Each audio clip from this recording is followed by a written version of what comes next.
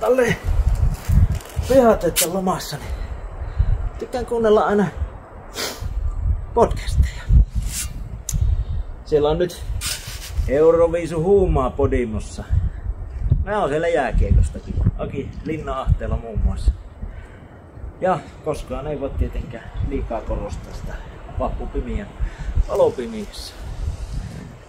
Siellä on hyvin. Etenkin Jari Sarasvuo. Olit mitä mieltä ikinä hänestä? Se oli kyllä hyvä jakso. No. Joo. Mutta kun napit korvaa ja homma. Ja, mutta tämä monttu ei ole valmis, mitä me enää tätä. Mehän ottaa Podimo haltuun. Linkki löytyy biosta. Ja no jos taas story, niin mä laitan sen tuohon aamulle. 30 päivää ilmaiseksi. Morjens.